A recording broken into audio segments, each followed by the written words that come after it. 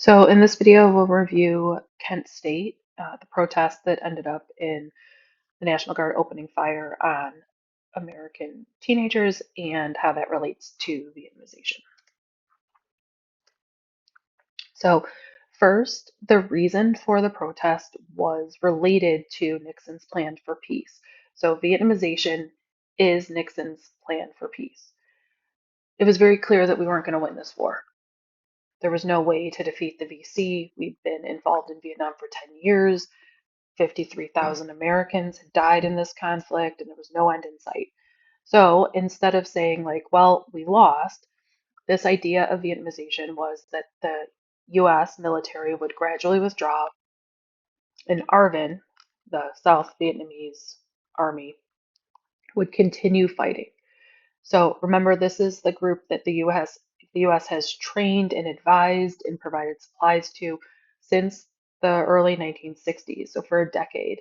And the thought was if the United States gradually leaves, that ARVN will pick up the slack and continue to fight off the Viet Cong and keep communism out of South Vietnam.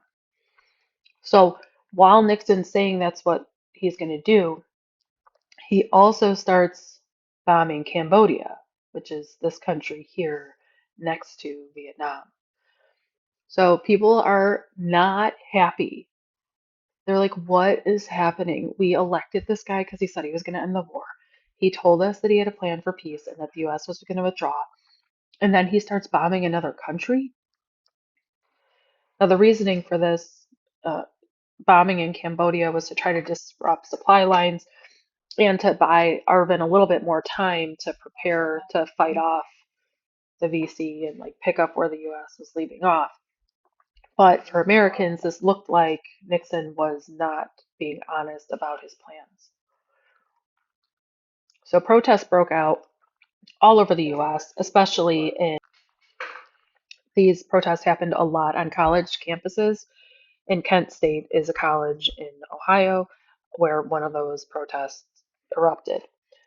The National Guard was called in. They used tear gas on the students. They had their bayonets affixed to their guns, and they opened fire on the students. There were 4 students that were killed. 2 of them were protesting. 2 of them were just bystanders, so they just happened to be in the area.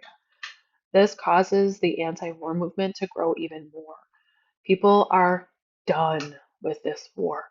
It's bad enough that America's young people are being sent to Vietnam to fight in a meaningless, senseless war and are dying in Vietnam. But now there's young people in the United States that are dying at the hands of US military for protesting this seemingly senseless war.